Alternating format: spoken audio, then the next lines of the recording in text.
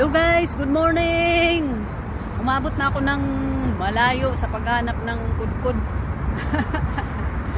Tiyagaan muna ngayon guys kasi walang-wala nga. Kaya kahit saan na lang akong lupalop nakakarating.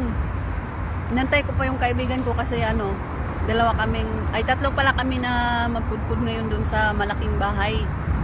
Kaya dito muna ako, inintay ko siya. Pala ang beauty kasi umaga pa, pag mamaya, pag umpisa na, wala na yun si Inday, mura nagkalapate. Kumusta nga itong mga adlaw, mga higala? Kumusta? Ako diri, nagulat-hulat pa ako sa akong friend. Diri kong dapita karon. Ano siya? Diri ko karon nga adlaw. Dito na kami, maglalakad na kami papunta doon sa aming kumatiin karon.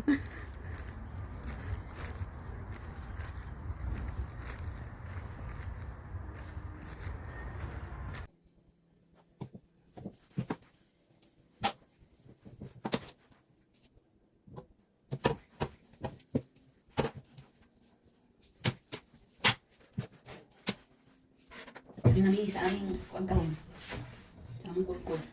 Paskan dako ang balay Dako kay nga balay. Pero kaya ra ni, kay tulungan mi kabuok. Kay problema ni, tsaka limpyo naman siya daan. Follow up lang siya na pagkalimpyo ba. Follow up lang. Okay. Iyamanin ang tag-iya.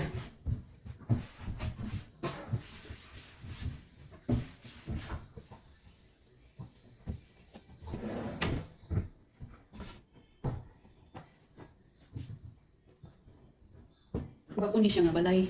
Tapos, ipalimpyuhan kay mamalhin ang tag-iya.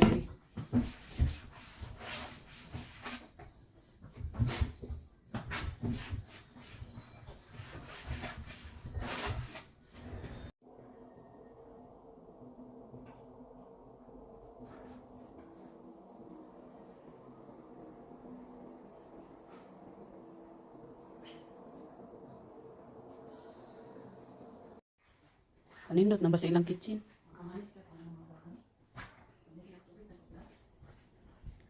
Kanyang ikaduhan nila nga balkoni yung paskang dakuas. Naku kayo nga balay, murag mansyon. Hindi mo ilang balkoni, nindot kayo ilang balkoni ba kayo? Kuan. Makita ni mo ang kuan langit. Pagawas. Dili na bisa, kuan na mo. Mukod-kod karong adlaw Dako kayong balay. Sobra ka dako. Kaya ni karong upat siguro ni karong. Kani ang balkon ni nilaw. Dako sa balkon ni ba? Pas kang dako ang himalayan mo. Yan ni ang kadawang room. Tapos kada room na ay bathroom. Kani mo siguro ni Master Bedroom. Yan nindot kay siya nga balay kay kuan pa bago. Bago siya kaya nga balay.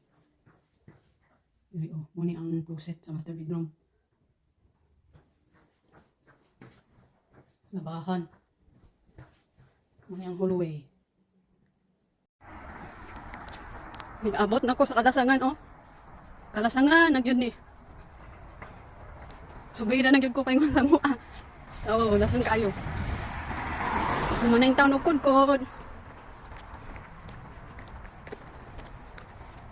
Baktas na sa daning kalasangan. Sobra na bang init.